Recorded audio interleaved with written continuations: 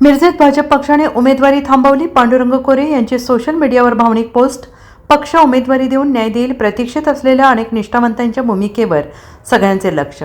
भाजप पक्षाचे माजी नगरसेवक पांडुरंग कोरे यांनी आज भावनिक पोस्ट सोशल मीडियावर केल्याने सर्वत्र चर्चा सुरू झाली आहे। यावेळी भाजप पक्षाने त्यांना उमेदवारी दिलेली नसून थांबवण्याचा आदेश दिलेले आहेत। ही पोस्ट करून त्यांनी व्हायरल करून जनतेचे आभार मानले आहेत। निवडणूक लढणारे नसले तरी जनतेची सेवा आणि भारतीय जनता पार्टी पक्षाचे कार्य सदैव राहील असे भावनिक आवाहन केलेलं आहे।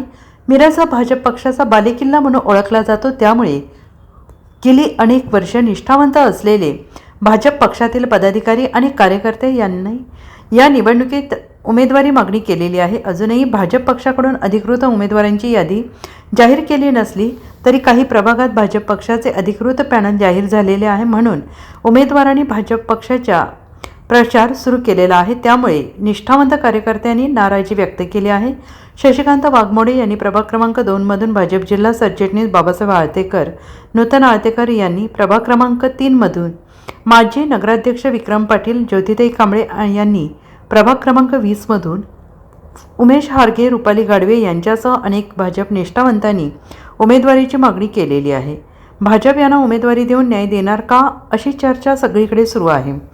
उमेदवारी मिळाली नाही तर निष्ठावंत भाजप कार्यकर्ते बंड करणार की पक्षासोबत जाणार, याकडे सगळ्यांचे लक्ष लागून राहिले आहे। Bureau report, SBN Marathi, Miraj.